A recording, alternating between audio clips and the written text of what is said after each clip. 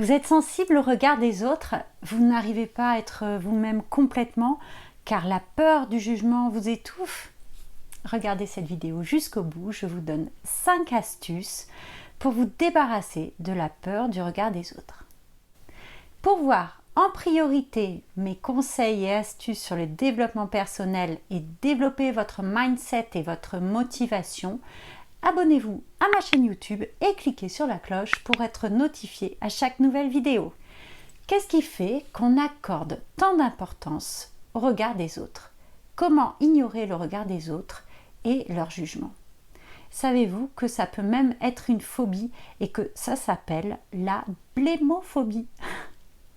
Quand on prend conscience qu'on est trop attaché à ce que pensent les autres de nous, on a très envie de savoir comment se libérer du regard des autres. Mais d'abord, d'où vient cette peur de l'opinion d'autrui sur nous? Eh bien en fait, on a tous envie d'être appréciés, ça voilà.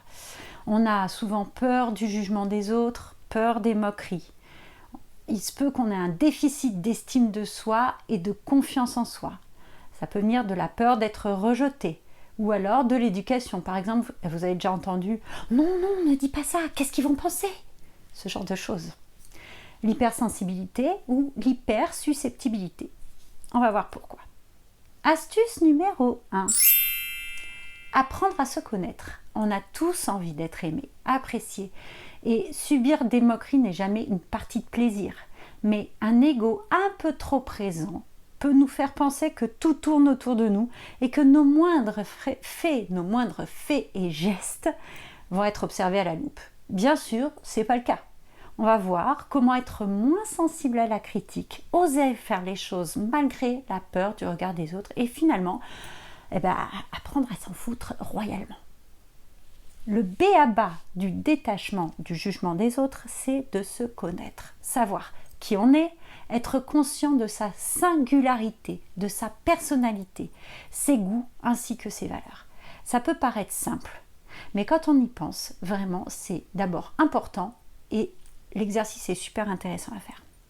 Si vous ne savez pas exactement ce que vous aimez, quelles sont les valeurs sur lesquelles vous êtes prêt à vous battre, par exemple pour les entrepreneurs, le message que vous voulez faire passer à vos clients, votre façon de penser, de travailler, votre éthique, prenez une feuille, un document Word, bref, quelque chose pour écrire, et notez 5 de vos valeurs les plus importantes. En attendant, vous pouvez mettre la vidéo sur pause. Ensuite, si par exemple, il vous arrive souvent de dire oui alors que vous n'aimiez pas faire quelque chose et que vous pensiez non, ou que vous n'avez pas envie de faire cette chose, notez tout ce que vous adorez faire et ce que vraiment vous détestez faire. Cet exercice simple lui aussi permet de faire le point sur ce que vous voulez vraiment et vous aidera à affirmer vos goûts et vos demandes. Astuce numéro 2. Prendre conscience qu'on ne peut pas plaire à tout le monde. C'est un fait. Une fois qu'on l'a compris, pourquoi ne pas simplement se plaire à soi-même? Si vous cherchez constamment l'approbation de tout le monde, vous risquez de vous éparpiller et de perdre votre unicité. Alors que ce qui compte vraiment lorsqu'un concept plaît ou une offre de service plaît, ce n'est pas forcément le contenu, mais la singularité de la personne qui la propose. Pour cela, se respecter et respecter l'avis des autres. Tout le monde peut donner son avis. La plupart du temps, les gens sont bienveillants. Et plus vous croirez en la bienveillance des autres, plus il y en aura. À ce sujet, d'ailleurs, je vous conseille la lecture du livre Les 4 accords Toltec.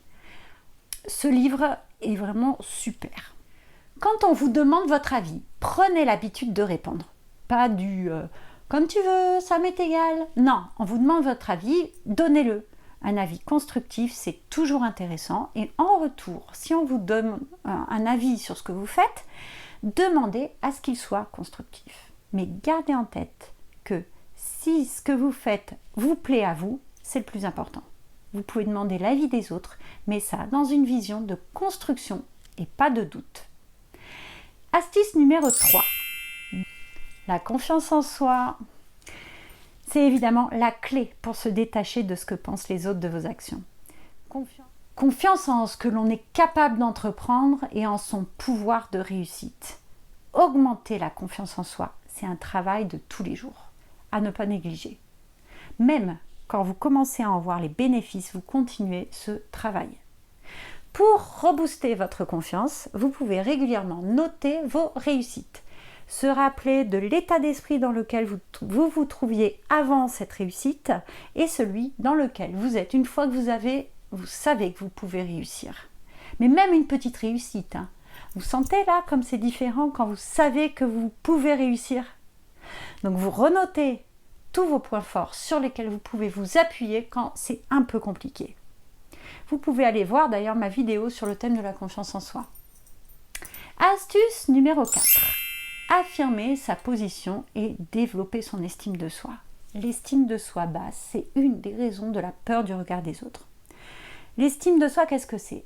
C'est la perception d'une personne de sa propre valeur. Et en fait, la différence entre l'estime de soi et la confiance en soi, c'est que l'estime de soi, on va y intégrer une notion de valeur plus ou moins consciente, alors que la confiance en soi, c'est dans nos actes de tous les jours, dans le fait d'agir ou pas, car on sait qu'on en a la capacité. On peut s'appuyer sur soi-même. Donc, avoir une bonne estime de soi, c'est fondamental pour se détacher du regard des autres. Par exemple, ça implique quoi ? Oser dire non ou stop, m'accepter, m'aimer, me donner le droit de décevoir ou d'échouer, ne pas me rabaisser, suivre mon chemin même si je suis toute seule à le suivre, faire de mon mieux, prendre la parole pour exprimer mon opinion, être fière de moi, être capable d'autodérision, ne pas me rabaisser si je ne suis pas satisfaite de moi et penser à autre chose qu'à moi. Donc en bref, pour développer l'estime de soi, il faut développer l'amour de soi en étant bienveillant avec soi-même, en sachant que l'on fait de son mieux et en acceptant de se planter. Apprendre à dire non quand il le faut, et ça sans avoir peur de décevoir. Intégrer l'idée que l'on est important et prendre soin de nous en nous accordant des cadeaux, des plaisirs, des récompenses, des moments rien qu'à nous pour pouvoir nous ressourcer. Astuce numéro 5, lâcher prise et s'en foutre pour dépasser le regard des autres. Bon, et si on relativisait un peu ? On est tous auto-centrés et donc on a l'impression que nos moindres faits et gestes vont être jugés par un juge suprême. Non mais stop ! Et si tout le monde s'en foutait royalement, parce que votre voisin aussi est centré sur lui-même, donc il a d'autres chats à fouetter que d'aller vous critiquer ou regarder ce que vous faites. Donc foncez, quoi qu'il arrive. N'en faites pas une affaire personnelle. C'est le deuxième accord Toltec du livre dont je vous parlais tout à l'heure. D'ailleurs, il y en a beaucoup d'autres sur le sujet, des livres. Je vous mettrai les titres dans la description. J'aime beaucoup cet accord. Bon, en fait, je les aime tous, mais si on y réfléchit bien et qu'on essaye de se dire à la prochaine phrase ou au prochain regard qu'on pense être jugeant, c'est pas contre moi. Cette phrase ne m'est pas destinée. En effet, on ne peut pas contrôler ce que pensent les autres ni leurs actions. Alors, on n'en fait pas une affaire personnelle. De plus, pour ce qui est de la timidité ou la peur de s'affirmer, il faut savoir que la plupart des gens ne verront même pas votre gêne, ni ne penseront comme vous, car le premier juge, c'est soi-même, et ce que l'on pense que les autres vont penser. Et finalement, c'est nous qui nous mettons nos propres barrières. Alors, réfléchissons un instant, on essaie d'arrêter ces systèmes de pensée. On est tout à fait capable de mettre de côté cette peur du regard des autres et de s'en détacher, en se rappelant à chaque fois que notre esprit nous mène vers cette crainte. Non, j'en fais pas une affaire personnelle. Voilà. Pour résumer, 5 actions pour se détacher du regard des autres. 1. Apprendre à se connaître. 2. On ne peut pas plaire à tout le monde. 3. Développer sa confiance en soi. 4. S'affirmer. Et 5.